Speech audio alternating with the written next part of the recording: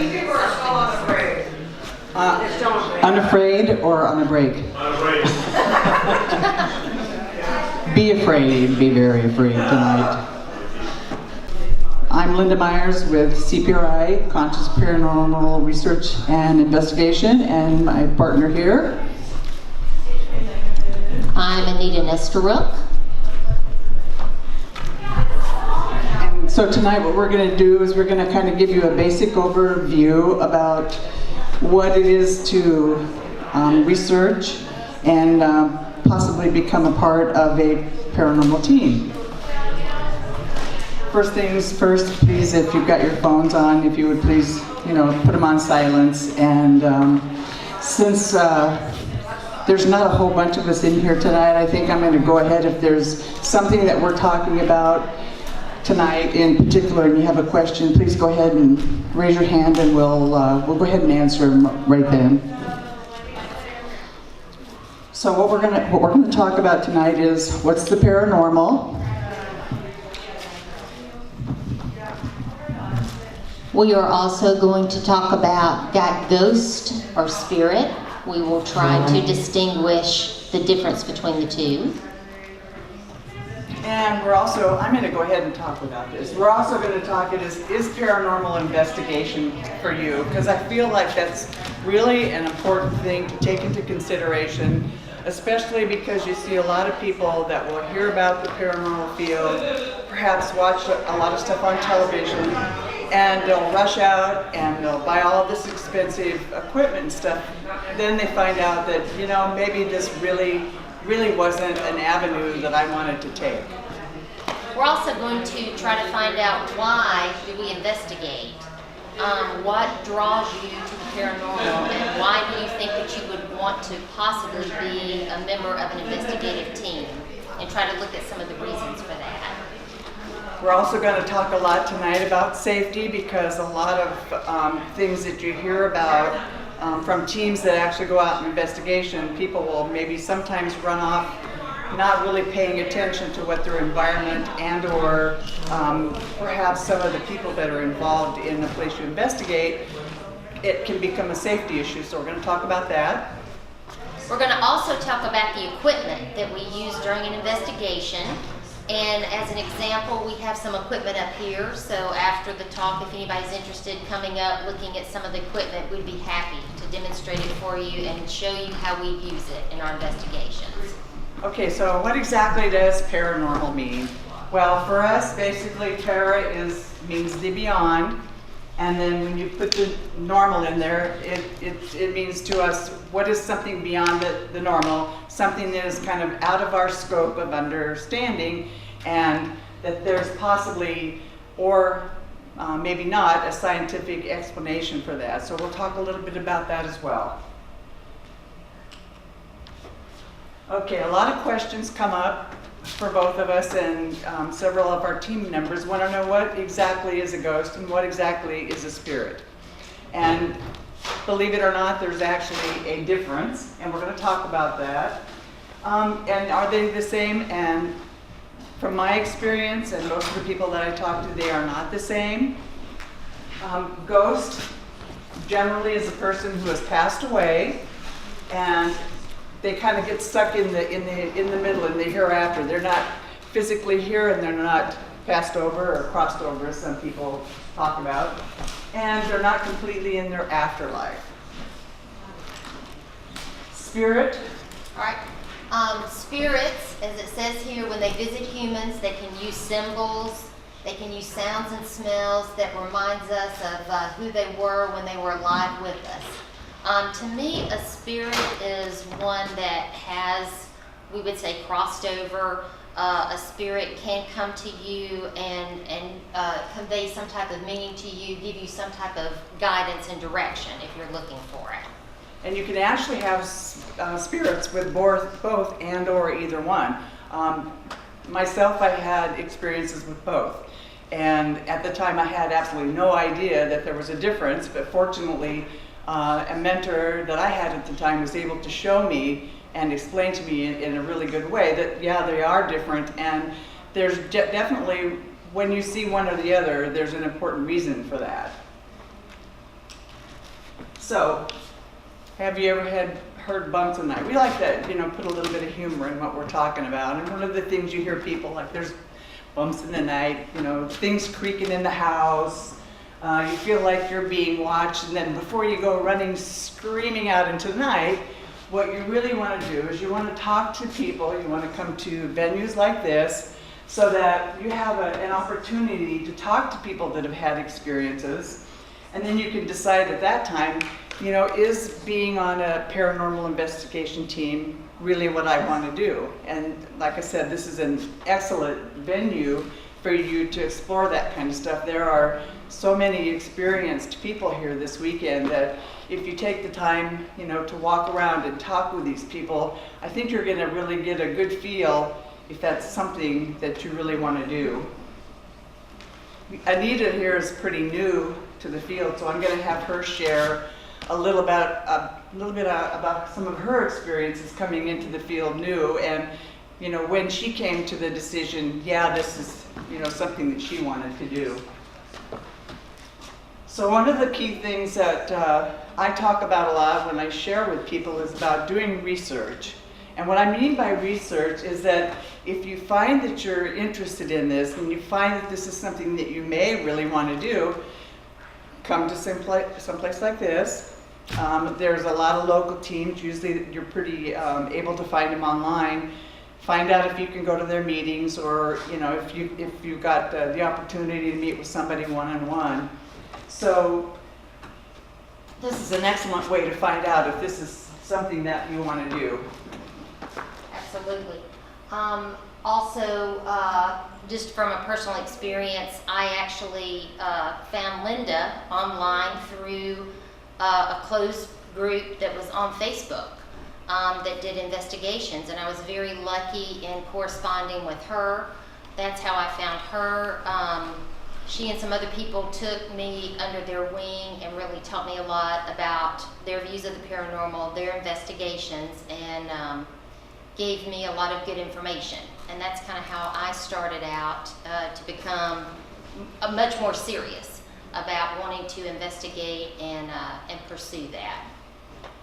And when we talk about socialize and the events, I actually started coming to this one, I think probably 4 years ago, and because I was already invested in this and interested, I was able to go and talk to a lot of the teams that show up and that attend these events, and through them I found a lot of common interests and things that really pointed to me that I was going the right direction, that I wanted to go as far as paranormal investigation. So socializing and actually coming to these events is going to really give you a good idea, and it's going to kind of give you a baseline start for the things that you may or may not want to do as far as, examining whether you want to be on a paranormal team. Most of these guys that are here this weekend, ourselves included, have websites and or some sort of information that you can get online so that you can actually get on research. Like I said, most of us have a website or something so that you can look at, what it is we do and, how to get a hold of us. So this is a real common question, and I think that if you talk to anybody who really does a lot of investigation, we hear this all the time. Why do you investigate? Where do you investigate? We'll let you talk about that a little bit. Okay. I would say who and what do you investigate and why. I, from a young age, was drawn to the paranormal. I always felt like there was something else out there. I always wanted to find out what it was. So for me, it was a lifelong wonderment, a lifelong seeking of what else is there other than just this life. That was one of the basic things that drew me in. Why do I investigate? I started out wanting to prove there was life after death, wanting to prove there was something more than just this life. And I desperately wanted to know that for sure. And as I investigated and the proof mounted that that there was, my focus changed from needing to understand that there is life after death because that was proven to me. And it became more as a way of honoring the ghost or the spirits that I was contacting. It was my way of acknowledging that I heard them and I respected the life that they had here on this earth, and that they always had a voice when it came to me. I would always try to hear their voice, try to communicate with them, and try to honor them. So that is how it kind of evolved for me in that way. My journey started when I was 19 years old. We had a death in my direct family, and the reason I bring that up for you today while we're talking on this particular slide, most of the time you're going to find out when people talk about investigation, it's either a venue like, Walker Ames. A lot of times it's a cemetery, it can be a home. But what I found out for me is you can have an experience in the dream time. And when that first happened to me, I kind of decided not to validate it, because at 19 years old, I'm like, who's going to believe this stuff? This can't happen, this can't be real. But as I got older and got more involved and found out that, there's things here that are beyond my reasoning, I come to find out that what happened to me when I was 19 was valid. It was contact. It wasn't the normal contact, but even because it wasn't normal didn't mean it wasn't valid. And so that actually led me onto the path, and as I learned more, as I interacted with more people that were actually doing the investigations and learned more, this whole kind of new world expanded, and I have to say it really changed the way I thought about how I was living my life, honoring spirits, honoring our ancestors, and so I think that you're going to find a lot of people have it's mostly a personal reason for investigation. You're going to find people that watch the TV shows, Ghostbusters, Ghost Investigators, whatever. A lot of them are doing this because of what you see on TV, but most of the time, the people that spend a lot of time there's this innate desire in there that's like you've either had an experience that you didn't know how to explain, or you're just that kind of person that likes to search above and beyond and find out, what's out there and why. So, like I say, it's generally dictated by personal interest, or it can be a decision that can be a place, or you've interacted with someone that's had a paranormal experience. So, why do we investigate? For me, I investigate because I want to know. I've had too many things happen in my life. I've been a part of too many investigations or occurrences that I know that there's more out there, and for my own comfort and personal happiness is I need to know more. Since you're pretty new to this, maybe you can give a little bit on. I became serious about 3.5 years ago. I had an experience that happened to me, which definitely a relative contacted me and another family member, and it was incredible. And the information that came forth really astounded me. And I had always been interested, but when that happened to me, I knew at that point I had to go forward. And it pretty much changed my life. And at that point, I dedicated myself to learning what was on the other side. So it usually is a personal experience that can catapult you into that. So another thing that we'd like to bring up is if you're new to the paranormal, if you're still kind of exploring, does this interest me? Why does it interest me? That you get in contact with a team, or if you're not in an area where there's an active team, come to events like this. The Port Gamble is one of the best ones as far as I'm concerned here on the Pacific Northwest. You're going to meet a lot of really experienced people they're willing to answer your questions. They're willing to work with you. If if you're interested in a team, most of them will talk to you about how do you find that. And I highly recommend that you research the team, look at the team online if you can, because there are going to be people out there that will tell you that they're a paranormal investigation team. That's not always the case. So when you come to a venue like this, most of the people that are here, they're valid investigation teams, and they're going to give you, the good scoop. So when we talk about what is a basic investigation preparation, one of the things that, and I'm sure you'll probably see this if you happen to watch, some of the TV shows, and the way some of these people present when they're investigating is really, really not professional. So one of the things that we really try to talk to people about being professional is because, number one, when you go on an investigation, say you're going to go to someone's home, or maybe you're going to investigate, somebody's theater, there's a person there that's involved with that. It's either the homeowner or perhaps the person that owns the building. If you present yourself as a professional person, then you're going to get a good rapport going with your client, and you're going to have a lot better investigation. And when you get done with your investigation, that person is going to feel like, wow, these people really came through here with honesty, integrity. They want to find out what's going on here, and they want to help. Right. I would say also be professional to other people in investigations. Sometimes you may be with other team members, you may be with other people.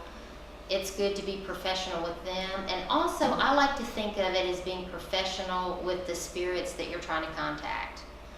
Be courteous, be kind, just like you would anyone else. When you reach out to that spirit to try to have them contact you, think of them as a client as well, and be courteous and professional when you're trying to communicate with them. The other thing that we talk a lot about, and if you ever go investigate with us or happen to talk to us during one of these, is I'm a big preacher for safety.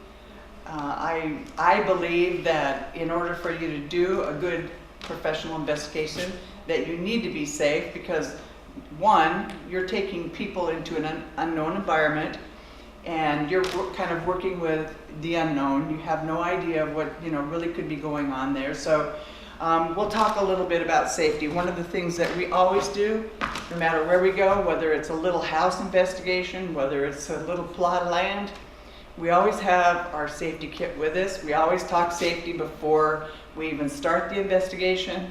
We always really look at our environment. Also, just part of the safety, and this will come up later on, is you always investigate in pairs. Always at least have two people. Never do an investigation by yourself. Not safe.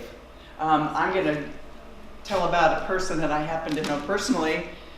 A young lady in her 30s decided to go to, this lady had things going on in her house. So she goes alone, number one, and didn't tell anybody where she was going, number two. So she's in the house with this lady where all these things are happening, and they're kind of looking through the house. Well, all of a sudden the husband shows up. He is not happy at all. He's angry. He doesn't want those people in that house. He was actually getting to the point where he was going to be physical with this young lady. That is a perfect example of why you don't go alone. Not a safe environment. And it's not always maybe with a person that shows up. It could be something in the environment itself. So don't go alone. I mean, it's not worth it. And it's not worth your physical safety. It's not worth your health. So that's one of the key things for us, is don't investigate alone. Another thing that's really cool to do when you get on a team. Oh, I'm sorry, go ahead. Talking about safety, I've talked with some people about the fact of demons. Yes. And I was just wondering what both of your opinions were about demons, and if they exist, or do you believe them? My personal opinion, I don't believe in them. I don't know if that's because I've been fortunate enough never in any of my lifetime or investigations to ever be involved with. Do I know people that have had or said they've had experience? Yes. So I just have to give you my honest opinion. I don't believe in them. I believe that there are energies that are maybe like demonic in nature, where, you know, things go crazy and maybe out of control, but I honestly don't know. I know there are people that out there that are practicing demonologists, I guess. So if it were me and you were interested, if you wanted to get more, I would think I would try to research that. But for me personally, I don't know, you? No, I agree. To me, the fear is within your own mind. So a lot of times I feel like if you realize, and this is just my opinion, I mean, anyone, we're all guessing here because this is not an exact science and we don't know for sure, but from my experience, if you are afraid, then probably paranormal investigation would not be something you should do. I believe that we have control over our bodies, we have control over our minds, and as long as we maintain that control and know that we will be okay and we cannot be hurt, then we basically don't have any of those type of episodes. Once again, I've never had any type of episode with the demon. I've had ugly messages come through to me on recordings, being called a bitch, being called go to hell. I've heard Satan, devil. And what do? I don't pay any attention to it. I don't freak out about it. I don't let it get control of me. I feel like that there's probably, in my personal opinion, that there are a lot of souls that may have died violently or not had great lives, and they don't know what happened to them, and this could be just part of them coming through and saying hurtful things. And a lot of times when someone hurts you, it's a cry for help. So I personally, on myself, am like Linda, where I've never had an experience with any type of demonic spirit, and in my personal opinion, I don't believe that there are demons as such. Yeah, one thing that, go ahead, real quickly. One thing that you need to remember, ghosts or spirits, we're all people just like us. So if you encounter a ghost / spirit that is just really angry and hates the world and maybe was a really violent, mean person in his living life, it's possible to carry that over. So what some people may perceive as demonic could actually be what I think maybe that person was that kind of person in their real life, and so when they cross over, they made a decision to be just like that as a ghost or spirit. Did you have something you wanted to add for us? Yeah, it's in my experience exactly they're the same jackass that they were, and a lot of times in my group, being we do it remotely. We don't actually go to houses anymore. We send a psychic in remotely, and they don't cross because they perceive they've let's say maybe they had a very religious upbringing. Can you hear him okay? Okay. Yeah, I just want to make sure. They, because of a religious upbringing, they're not going to go to the light because they fear they lusted after their neighbor's wife and they're going to go to hell, and we have to then prod them over. But there are those who committed violent crimes, and they're just idiots. And Exactly. And they're the ones that they'll push you around. But what I wanted to ask you, and I may be jumping ahead, All good. what do you do to protect yourself, your own energies before going in? I have a couple things. One of the things that I usually do with my troop is we do a prayer circle. Mm-hmm. We surround ourselves with the white light, protection, our guides, our guardians, our ancestors, and because I'm also a shamanic practitioner, I have smudging. Mm-hmm. So I'm pretty clear, and after having a couple experiences before I actually became a part of a team where going in with no protection, pretty much getting my ass kicked, found out it's so important to protect yourself. However you do that, whatever your religion may be. For me, I found that, doing the prayer, guides, ancestors, whoever will come along, bringing in the protective light, and the smudging and stuff has been real effective. And do you clear yourself before you go home too? Yes, I do. Yeah. Absolutely. And it's funny that you brought that up because my son is a paranormal investigator in Las Vegas. And I won't forget this call like for the rest of my life. He calls me up, it's like 1 a.m. in the morning. And he's gone out with a group that he doesn't know everybody, right?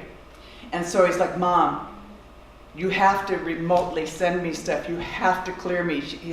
They went to a graveyard, and he actually had a spirit following him home. So now, whenever they go out, everybody does a clearing before they leave. So that's another, thank you for bringing that up. I had we were being filmed by a local cable channel, and they, of course, wanted us to be out in the middle of the night, which is silly, but it was pouring rain. It was an hour drive home, and I was tired, and I just didn't clear. And I got home and I was laying in bed, shut my eyes, and it was like flickering light. Opened my eyes, and it was like little teardrop white shapes all over the ceiling. I shut my eyes again, opened them, and they were there. I thought, oh, it's raining, there must be a city vehicle out front. I sat up, and there was a Chinese carpenter from the 1930s standing at the foot of my bed, looking over my left shoulder with the most terrified look on his face. This is about 2 years ago. And I've spent, I'm a retired Mountie from Canada. I got goosebumps. And I know your story. Pulled the blanket over my head and peeked back, and he was still there. And I went, oh no!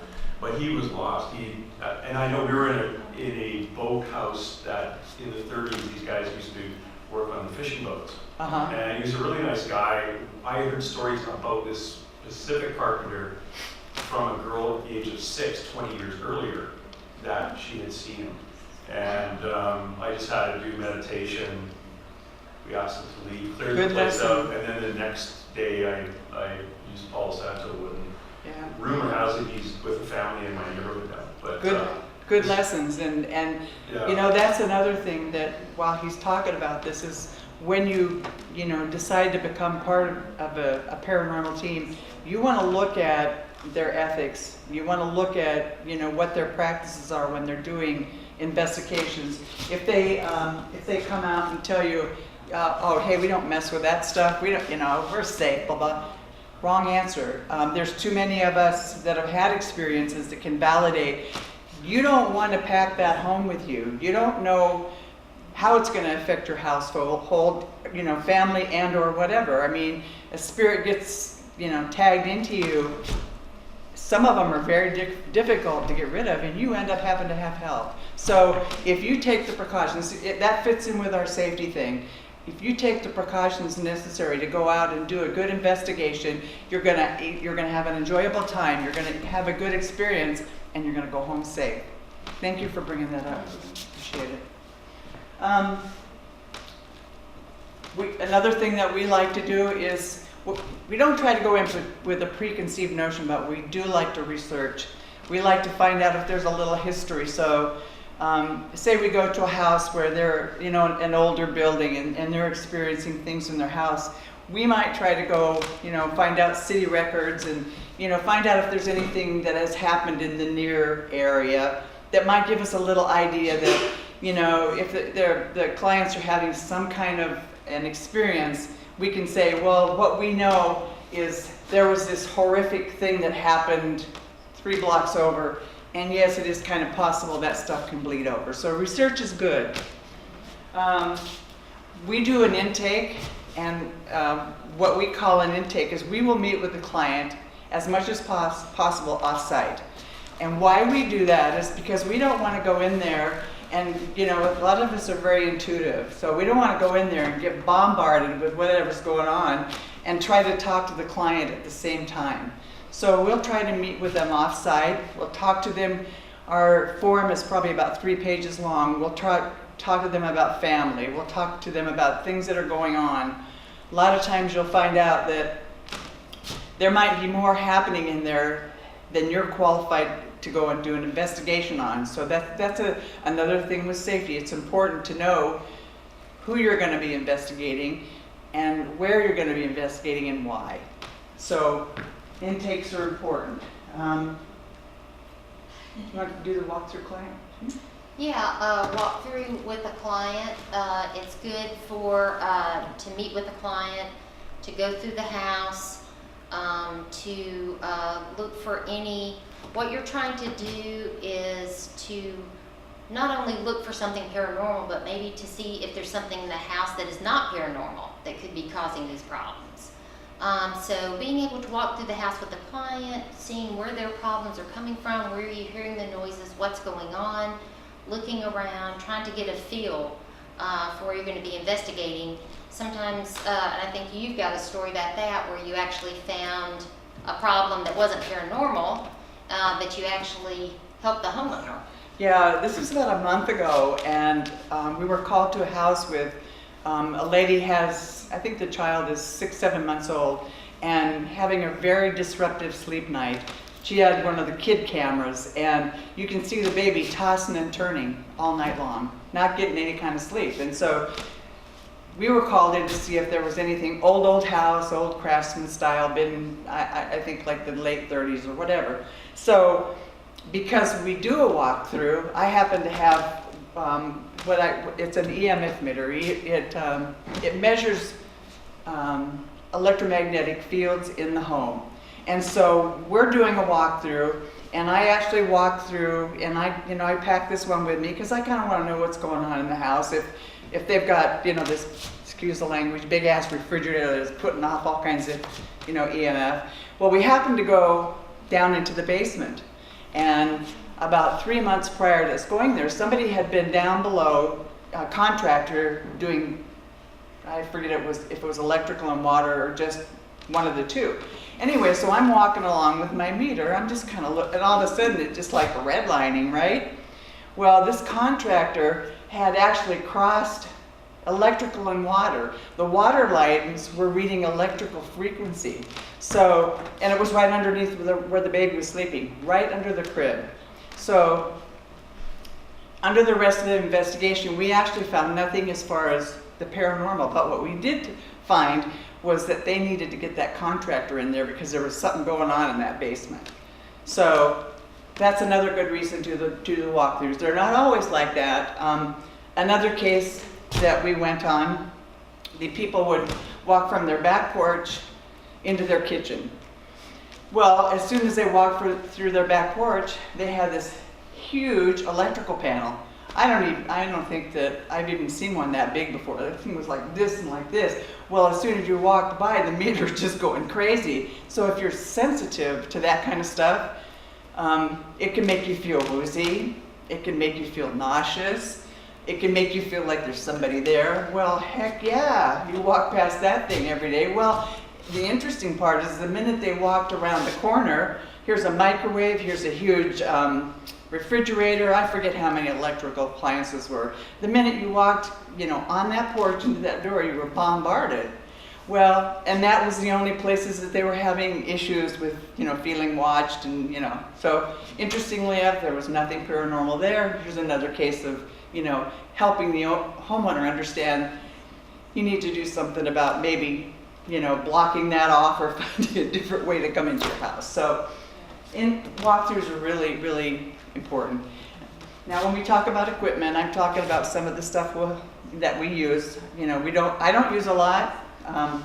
The reason I don't use a lot is because when I first got into this and watched all the shows and all this other stuff, I ran out and bought all this expensive equipment. It all sits in the closet.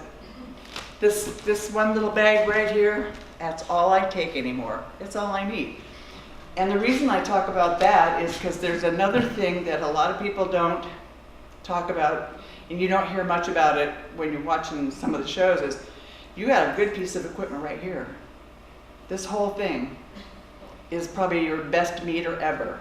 You walk into a room and you get the little hackles going up on the back of your neck, pay attention. Your meter might not see anything, but pay attention. And then the other thing about equipment, make sure, like one of the things we run into a lot of our equipment uses batteries. Can and will get run down. Anita had an incident where you were at Waverly, Right, I was at Waverly Sanitarium in Louisville. It was my very first official investigation. And Waverly, if you've ever seen it, it's huge. It's just acres and acres of just darkness and rooms and different levels. And my first mistake was I took about 40 pounds of equipment in and was trying to roam all over the place with it. And you're locked in there, and it just basically wore me out. And luckily we got a break at 2 where they let us out, and I put half of it back in the car. And the other thing was, when I went in for the first hour, I had a video camera, and I walked into an old room that used to be a bathroom. It had an old tub and everything, and I felt like a brick wall hit me. And the minute I walked in, it drained my entire battery on my camera. I mean, just like that, fully charged. And my whole camera went black, and I was like, oh my God, well, thank God I had 2 more batteries I had brought. But it just went to, I would have not had a camera if I had not brought in extra batteries. So that was a lesson. Don't take so much equipment, and always have extra batteries. You can spend a lot of unnecessary money. So one of the cool things about coming to things like this is, and talking to the teams that are here, they're going to tell you what kind of equipment you really should get when you first start out. You don't want to spend a lot of money. You don't need it. And like, I've been doing this probably 25 years. And like I said, that one little bag is all you ever see me pack, other than maybe a tripod and, you know, a camera in some cases. But most of the time, that's all you need. And I really trust how I feel also when I go in. Another thing that we run into a lot, and usually you're going to see this when you go out in group investigations, when there's like a lot of people, well, the excitement of being in the moment, doing investigation, people will start talking. Well, if you happen to be one of the people that's walking around that's really interested in learning how to do this stuff, and you have your little handy recorder, and you're trying to maybe catch a Class A EVP or whatever, all you're going to pick up is all that background stuff. So what we like to do when we try, number one, we try to keep the investigation team fairly small. And number 2, one of the things that we talk about is, keep your talking to a minimum. When we do talk, say there's something that happens, like that happens and I know I did it.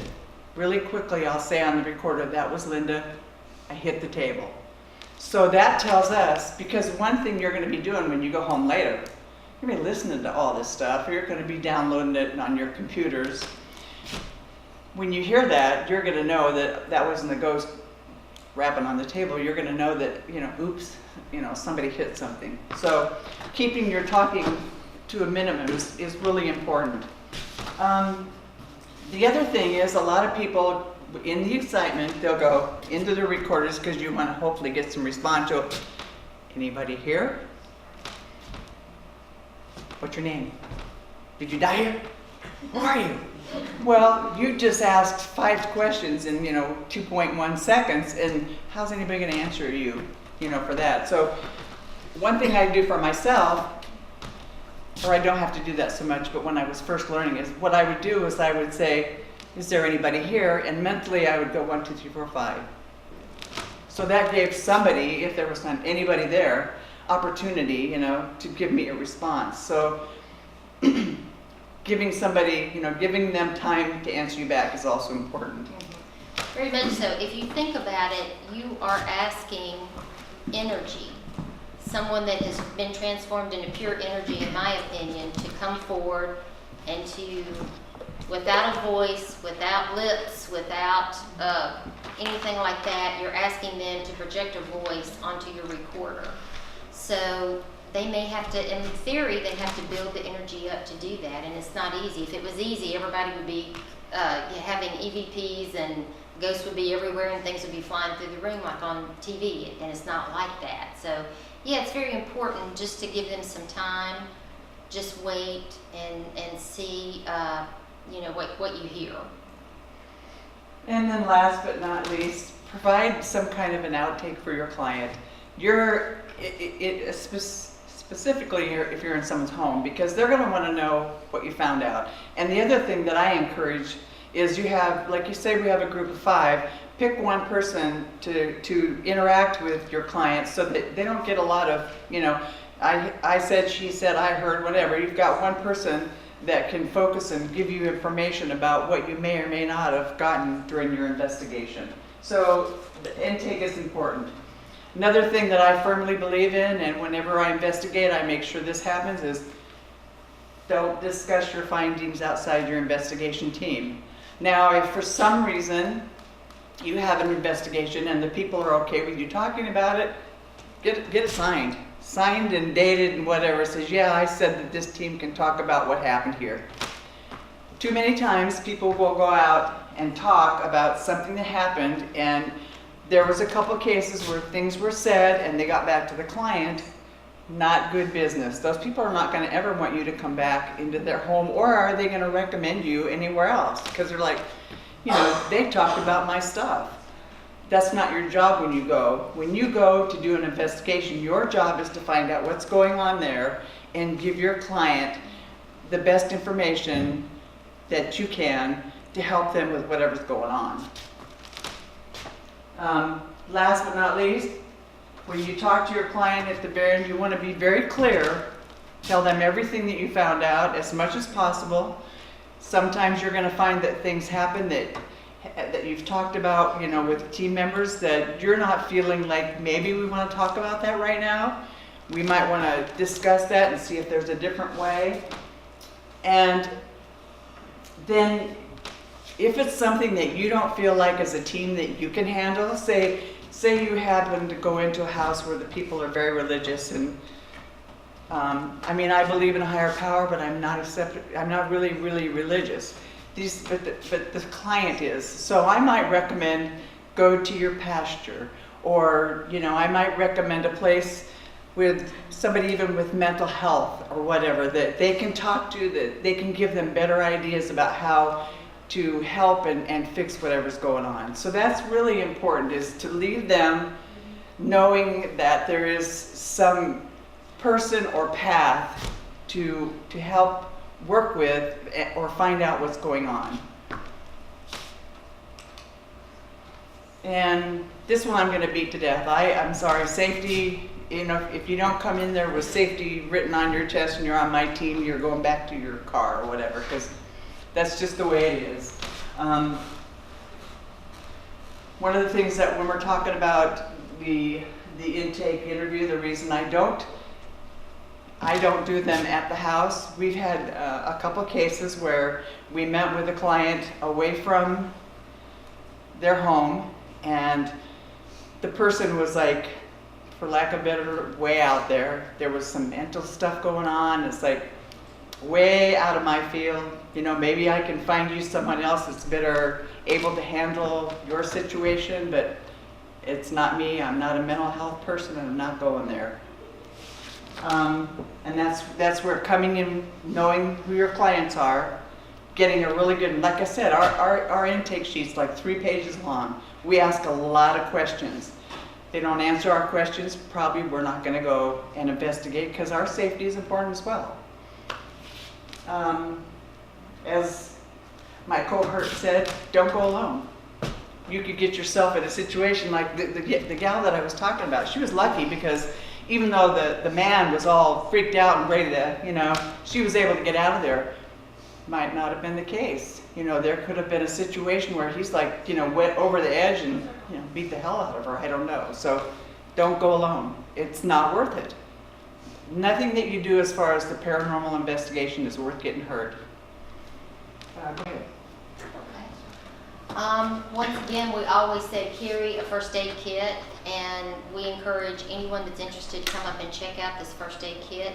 I believe the lady's here that sells those. Yeah, she's here this weekend, Okay. and actually, she's got a little bag when you get done here later. Come up and grab one. She's giving these out, and we have a couple things we're going to give to you guys as well. But And then also, we were talking about be aware of the entire area. You will investigate and look for safety hazards. Once again, my very first official investigation, I was in Waverly Hills.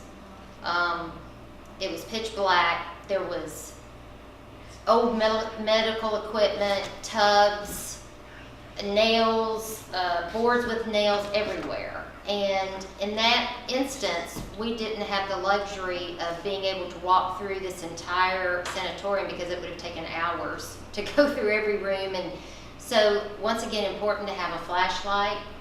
A lot of times on these shows, you see people in the dark stumbling around like it's somehow going to not be right if you're in the dark.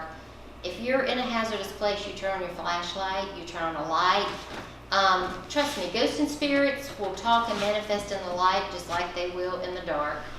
And personally for Waverly, I had a little clip-on flashlight. When I went into a room, I looked at it thoroughly. I got into one position, and that's where I stayed if I wanted to turn my light out to do any type of filming. So, like, that just goes back to safety, and don't believe that, you know, ghosts can only speak to you or contact you in the dark, because it doesn't have to be that way. And I also carry a flashlight in the daylight too, by the way, because you might be into, you know, some house or you know, building or whatever. There's not always going to be light. So you can pack one like this. I like this one because, number one, it has a couple different light settings. The really high beam laser white light you saw there first, I mean, that works really good. However, I found that during an investigation, you know, walking through some place where I really don't want to put out a lot of light, especially if somebody is filming, is to use either this one or this one. So there's some good equipment out there, and like I said, I don't care if it's night or day, I have always got my flashlight. Another thing that would have been good for her when she went to Waverly, and you kind of don't think about these things, and a lot of times these big investigation places, you know, they're not going to give you a little checklist of, hey, you should bring this. It's kind of something you learn on your own, as walkie-talkies. Whenever we go someplace big, so like we've got 6 team members, and you know, it's a fairly large building, and we pair off in twos so we can investigate more of the area, we always have walkie-talkies with us. And kind of a for instance then is like you say, you've got, you know, you have your 2 people there, so you are safe, but Linda falls down the steps, right? Well, Anita's with her, but Anita can't run off and find the rest of the guys because she's tending to Linda's. But she can get on the walkie-talkie and say, hey gang, we've got a situation here. Linda fell down, I'm staying with her, you know, there's something going on here, we need help. So having, you know, a handy-dandy little walkie-talkie is really a good tool if it's a big area. Especially if you're going to investigate, I think, outside. Like she happened to go to Fox Hollow Farms in Carmel, Indiana, where a serial killer had killed a lot of men and had put their bodies in the woods, and they allowed us to go into the woods. So you never know what you're going to run into. Right. Exactly. And because I always talk about safety, it doesn't matter what kind of kit you have. You're going to see the one that's sitting down here, and I really like to talk about these guys because they've really put some thought into putting their safety kits together. It's paranormalsafety.com, and you can take one of these bags home with you. Or you can buy a small. The main thing is to have things that you think you might need. The reason I like their kit is because they went way like above and beyond the things that I would have normally thought about. There's little respirators. There's even a carbon monoxide detector in here. Would I ever need it? You know, I don't know. But because I have it in the kit, if I ever need it, it's there. There's gloves. There's a lot of really cool stuff in there. So. I can't say enough good things about safety. Here's the basics that I and a lot of the friends that I work with feel like if you're going to start out, you feel like you really want to do it, you don't want to really spend a lot of money, but you want to have a few things so that when you go on investigation, you're prepared. Number one, and I'm sorry I didn't bring one to show, but I always take a clipboard and a pencil. Why do I do that? Because a lot of times, like I talked to you about, you know, people yapping. Well, if something comes up and I hear something, I've got a pen and paper that I can, make a little notation. So when we get together later with the group, I can go, hey, over there in that room so-and-so, I heard this. And that way I don't have to talk into my recorder, but I still have a way to, say or share that this is what happened there. The flashlight. This is like the best flashlight, and I'll show you a slide of where to get it. You never know when you're going to need it. You could go into a house and then somebody says, like where we went downstairs into the basement, there was a kind of a back area there that wasn't as well lit. I'm not going to walk over there unless I've got my flashlight. A camera. I would start out with a basic camera.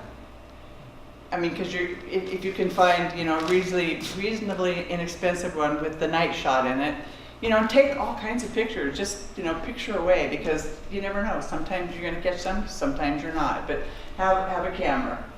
I use, and most of the people that I hang with use small little recorder. They're not that expensive. You can get them on Amazon. I happen to like this particular model, if I can show you or not. I have this one because I can plug it right into my computer, so that when I got home, I don't have my glasses on. So there's a USB thing on here where I can plug my recorder right in to my computer when I get home and download everything that's happened on here. And like I said, this is a little Olympus. Go ahead. What programs do you use on your computer to listen to your EVPs? There's actually two, and thank goodness this is our tech guy, so if you've had any really important tech questions, Randy can answer them. He's like the head of technical stuff. We use Audacity and WavePad. I like Audacity because I'm not like the best computer person in the world. I was in the military and I was an aircraft mechanic, so computer stuff sometimes goes way over this head. And then WavePad, Randy's been working with us. He finds that we're actually able to get more information using WavePad. But Audacity, I think, is really good for a beginner. And it's free, as is WavePad. Do you have one that you use, or? Probably WavePad, and I started with Audacity. Yeah, I started with Audacity too, and that was my comfort zone. I tend to go back to that, and then if I'm not finding, some of the stuff that I really want to, then I'll get with Randy and we'll do the WavePad. So that's, and like I said, those are both free. If you guys have any questions about stuff we use when you're done, please let us know. And also with WavePad, I found that video pad came with it, so if you had videotape, it was on digital, it was an easy download, and you could go through your... Yeah, you use video pad too. Yes. You could, and then you can take full stills off of it. Exactly, yeah. Yeah, VideoPad's one. If I can use VideoPad, anybody can use VideoPad. It's very user friendly. They're user friendly, thank goodness for that. If it takes a hammer or a screwdriver, I'm in my comfort zone. But when you put me on the computer, thank God for, tech God. Anyway, so this is actually what we would recommend as far as the basic stuff. I would not recommend really going out and buying all the expensive stuff unless you know right now that this is something that you really want to do and spend a lot of time in. I would have to say, and maybe you guys can chime in here, in a year I might do 10 investigations. So because I'm not like a TV person, ghost hunters or whatever, you're not going to spend a lot of time going out doing investigations. Go ahead. Have you ever got a picture of a ghost? Have I? Yeah. No. Do I want one? Yes. Really? Oh my gosh. That's my next best thing. If that happens, I'm dying happy. Our second investigation, we got a guy, a residual energy, a guy pushing a little hand truck out of an office and come right at us. I'm coming with you guys. And then I watch shows like Ghost Adventures, where how many seasons are they into and haven't got one? We get them every 2 weeks. I'll show you some. I have some on my phone. I'm coming with you guys. I'm coming with you guys Just, tomorrow. yeah. We've got some anomalies. We've had anomalies that we've seen. There's a lot of conjecture out there that's like art orbs real. I have to say, because of some experiences I've had, I believe there's maybe not, I don't know if I would call it orb, but I believe in spirit lights, because I've had them come to me full on, even in the daytime, I've had them come at me. I'm very intuitive and I'm really tuned into that kind of stuff. Have I caught any of them on camera? Randy's caught some, in fact, we were looking at one No, earlier. we did. We were A really good, at I mean, Manresa one day doing an Yeah. investigation, um, and we were sitting at the table doing EVP session, and Linda looked over to the stairs and said, "Oh, spirit light's going up the stairs. Take a picture, quick!" And one of our other team members I took forgot about a that. couple of pictures on her phone, I forgot and you about could very clearly see the lights going up the stairs. I've got the picture. I can tell you. Actually captured that, I forgot about that one. That was at Manresa. Yeah. Yeah, this is something I saw visually, turned over to my compadre and said, "You've got to take a picture of that, I don't have something." And you can actually see them through a couple pictures, traverse down the hallway. That was, yeah, I forgot about that. But not a full, I've not seen a ghost yet. That's like my dream thing. Yeah, most of the evidence we get is audio. Yeah. She's taking me to Waverly, so I'm thinking that's where it's gonna happen. I hope. Anyway, this is usually where I go if I'm looking for equipment. I don't spend a lot of money on it because, like I said, I have spent money, expensive gear.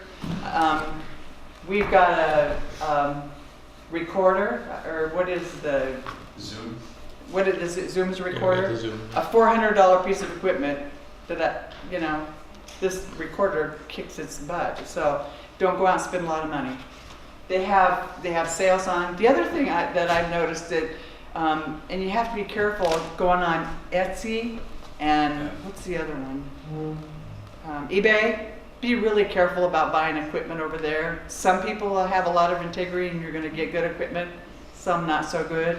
I prefer to spend a little bit and go to some place like with Amazon, or actually with Ghost Hunters. I had an issue of with a piece of equipment, and I got like this rapid turnover replacement piece of equipment. You've got to talk. Oh yeah, and my recorder I bought at Walmart. I think it was like maybe a $30, $40 recorder, and I've caught so much on that. So it doesn't have to be hundreds and hundreds of dollars of equipment to capture something. I even have an app on my phone that's a recorder that I've caught some. Now you're going to good see stuff. people spend a lot of money, but they're like with this gentleman here, and there's a couple other teams that do some really in-depth investigation, and you're going to see these guys with a lot more equipment, but they're really invested in what they do. They're going to spend a lot more time, and they're going to be looking for a lot more. But if you're just starting out, I wouldn't recommend that. Go along with them, observe their equipment, observe how they're using it, what they're getting from it, and then think about it. But if you're just new, I would just recommend don't spend a lot on it. So, any questions? Anybody?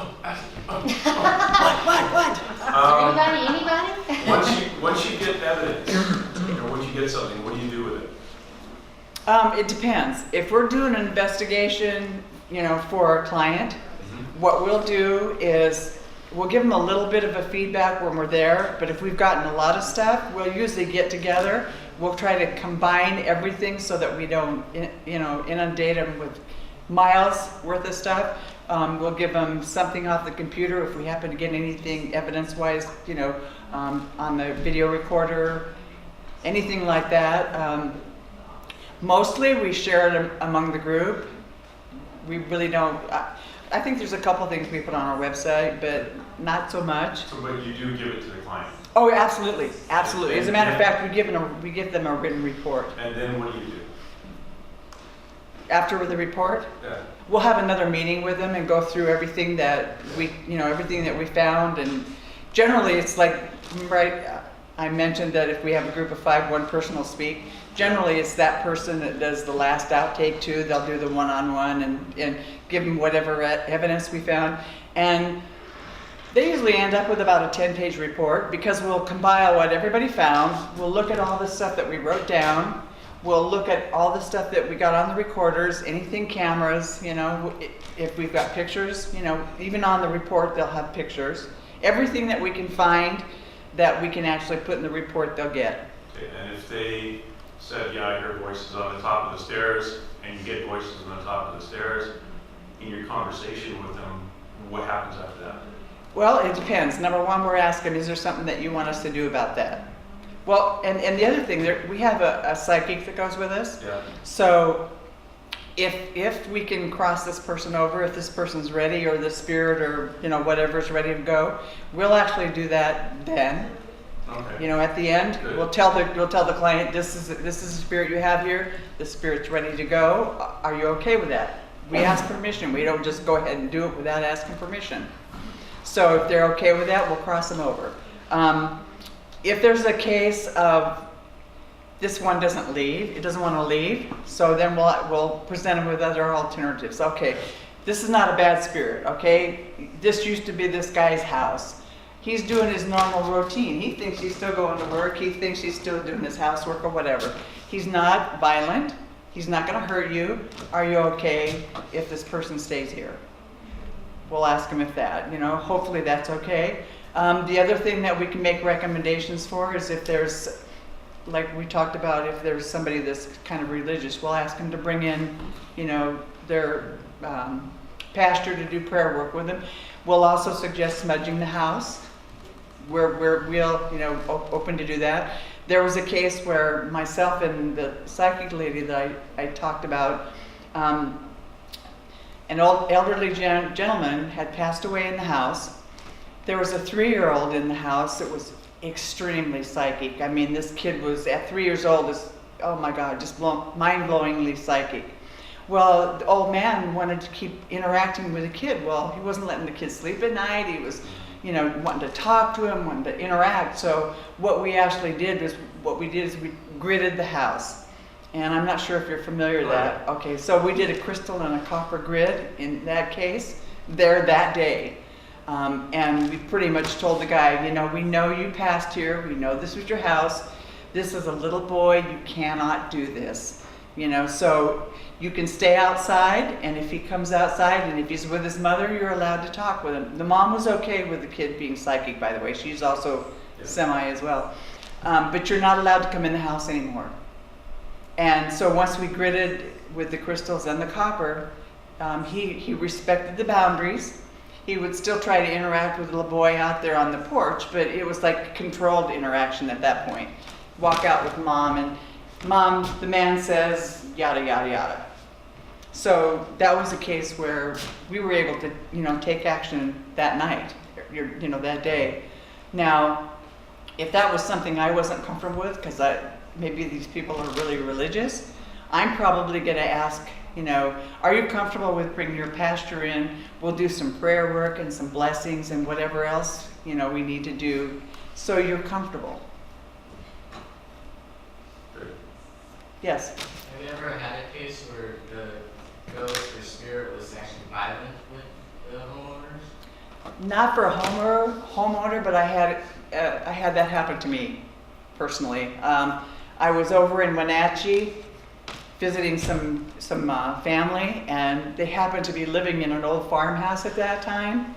And the man who had lived in that house was very violent, very angry man. And as I said a little earlier, I'm pretty intuitive. And so the minute I walked into that house, it was like, bam, there's somebody that, that knows I'm here, and I can be the mean old asshole that I was in life, right?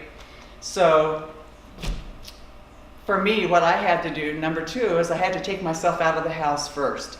Because at that time, I'm visiting family. Did I think to bring my kid? Heck no. It was not even in my mind that I might have something happen. So the next visit, I stayed out of the house. I could not go in. So the next time I came to the house, I had smudging material. I have a friend that makes this kind of a smudge spray that really works good. And I also talked to the family. They were really open to it. We did some prayer work and basically told this guy, this does not work. This is our house now. Might have been your house. You don't get to be here anymore. We did the smudging and we cleared his energy, but was not a nice man.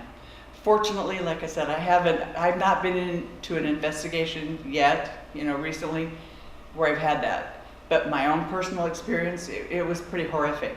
Scared the hell out of me. He was evil, and I'm sure he was in his life as well.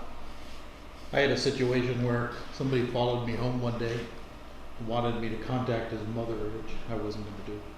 And I told him I wasn't going to do, and he got irritated and started pushing things around in the house, like the washer and dryer and car. And I just told him that he had to leave. We find most of the time when you tell them that they're not allowed to be there, they usually listen to that. Most of the time they don't even realize they're dead. What I would say to you, if you find yourself in that kind of situation, get out. And then, hook yourself up here with points of contacts, people that you can talk to that actually can assist you if you have that kind of a situation going on, or if you've, gone into someplace, where that's going on. Don't try to do it yourself. Get help. Also, do you think a ghost/spirit would be able to get sort of mentally powerful enough where smudging and being able to erase its source was actually not possible and it would not be? Can you hear him? I can't hear the whole Yeah, thing. he's asking if you think a ghost or spirit can get strong enough not to be affected by pushing stuff out. I haven't encountered that, but I would say yes, it's a possibility. They I will would say- step out. Sometimes they'll know you're coming, and they'll actually step out of the house. You do all your smudging, and they'll come back in. One thing that they do is they suck energy. The way they can manifest is suck your energy. I mean, you're an energy body, right? And if you're open, and this is another reason why it's important to protect yourself and do whatever you need, do prayer work or whatever, is they can pull energy off you. And yeah, I think they could get stronger. I haven't had that happen to me. Hopefully I never do, because like I said, I always go in, I put whatever protection, I slather it all over. But yeah, I think it could happen, yeah. Well, yeah, you'll notice that it's Erica? Or Anita. her battery being drained, it's extremely common. Because they would want to communicate, they would want, and it's easy energy to tap into, especially if you're blocked. If you've heard about cold spots, that's why it's cold, because they've taken the energy out of that little spot. They're trying to get your attention. Yeah, that's where a lot of the poltergeist activity comes from too. They're not trying to hurt you, they're just trying to get your attention. Right. Yeah. When I was there in my battery drain, I can say that entire night I was there for 8 hours. I walked all over the place. I never had anything negative happen. I never felt any negativity. I felt heaviness in certain spots. I did feel heaviness right before the battery was drained.